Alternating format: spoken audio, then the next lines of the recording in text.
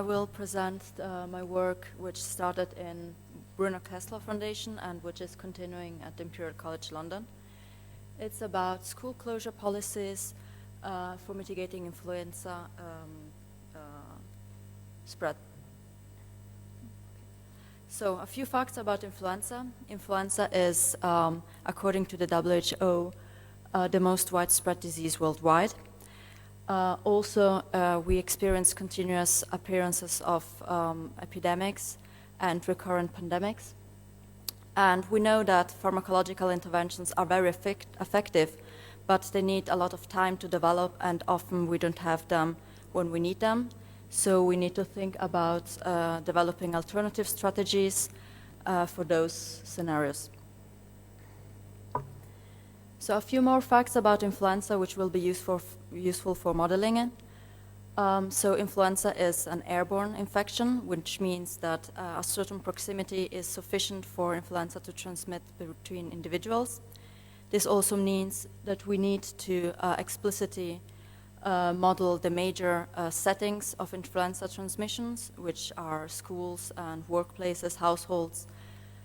And we also know that school-aged children are the most affected group. Hence, it is a good idea to model schools in more detail. So we went on to model an individual-based model, and we used socio-demographic and time-use data of the Italian population. The time scale was 10 minutes, and the locations we modeled were households, workplaces, schools, and the general community. To illustrate how this works, here, for example, we see in purple an individual which is a worker. He will change location during the day. What is important here is that we co-located individuals in the same places at different times. So because, as I said before, contacts are essential for influenza transmission, we need to know when people meet infectious people. So, as I said before, schools are important. So let's see what happens if there's a pupil belonging to the same household. The pupil will move between the household, the general community, and schools. Note that schools have an internal structure. I used school size data and class size data to model the internal structure of schools.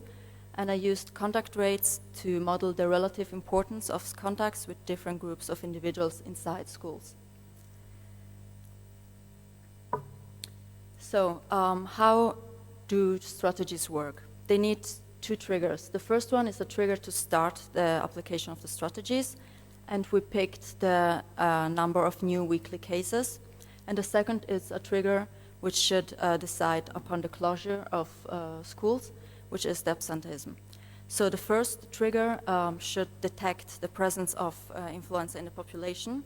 And once we have detected that, we start monitoring school absenteeism. And the second trigger should detect the presence of influenza inside schools. So we coded 3 different strategies. Strategy S, which contemplates the closure of schools, strategy CS of classes then schools, and CGS, classes then grades and then schools. And we try to compare how those perform. For calibration and validation, we used parameter values present in the literature. These are all about the 2009 H1N1 epidemics in Italy. And we can see that the mean seroprevalence rates by age class given by the model compare well to the ones we measured for the 2009 epidemics in Italy. So how does this model perform? First of all, we had to pick to make two arbitrary choices. So for the trigger, for strategy application, we choose 150 new weekly cases per 100,000 inhabitants. And for the length of the school closures, we picked 1 week. And we also have a constraint to keep school places open for at least 1 week between consecutive closures. So in these graphs, we have plotted two reductions, the reduction in infectious attack rate and the reduction in peak week incidence. These are on the y-axis, and on the x-axis, we have the excess absenteeism. Excess, that means a surplus of absenteeism over the normal physiological absenteeism per school type. So we see in red strategy S, which performs less well than the other two strategies.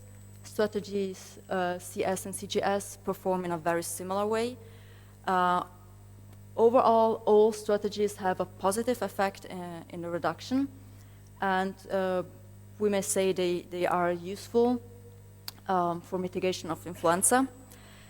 So, however, we made those two arbitrary choices at the beginning, and here we try to see if we could do that, or if that influences the outcome.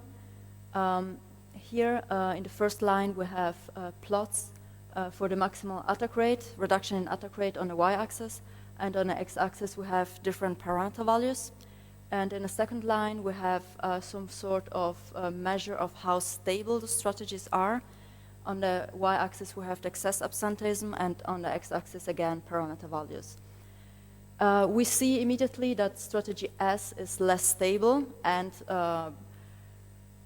this is because the segments in the second line are very short, which means that if I miss the optimal excess absenteeism by just 1%, I might not reach a reduction in infection attack rate at all. Whereas the other two strategies perform again in a very similar way, and we see that both, so the first part of each plot shows the different length of school closure. We see that the length of each closure does not really affect the outcome. What has some sort of effect is when we start the application of strategies. So if we start applying the strategies too early, when there are very few newly weekly cases, strategies perform less well because we close schools before the epidemic reaches schools. So it's essentially we would close schools in vain. So it's necessary to wait a little longer. It's better to wait a little longer to be very sure that that influenza is present in the population, and then start closing schools. So all this was made for the 2009 influenza pandemic, but we also looked at other biological characteristics that a strain could have. The graphs are the same here, the scale is the same, and we see immediately that there are two characteristics that influence the efficiency of the strategies a lot. The first is the basic reproduction number. So the 2009 influenza pandemic had a reproduction number of 1.4, which was quite mild. If we have a more aggressive strain of, say, 1.8, school closure strategies will essentially be useless, because in that case, influenza spreads very fastly, and just closing schools does not help at all. And the other characteristic which influences the outcome a lot is the relative susceptibility to infection of adults with respect to underaged individuals. So say if underaged are 10 times more susceptible than adults, obviously school closures work a lot better, and we can see for strategies CS and CGS up to 40–50% reduction in attack rate. Yes, reassuming, we may say that all strategies do have some effect. However, gradual strategies work much better, and they are much more stable. They are stable with respect to the absenteeism threshold, the beginning of the epidemic, and also in some sense to the biological characteristics. We found that two biological characteristics influence the efficacy a lot, which are the age-specific susceptibility and the basic reproduction number.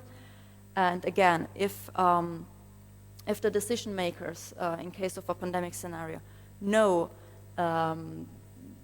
real-time estimates of these two parameters, they have everything they need to decide if it is worth it to implement these strategies or not. So another thing I want to add after this is my current research, which is trying to build upon this. So in what I have presented to you until now is a model which is focused on municipalities, and due to the small size, we decided to neglect the spatial dimension. However, now we want to expand this model, and obviously we need to include spatial components. However, to model mobility, which is a major determinant in influenza spread, we need to parameterize the gravity or the radiation model, which are models of mobility.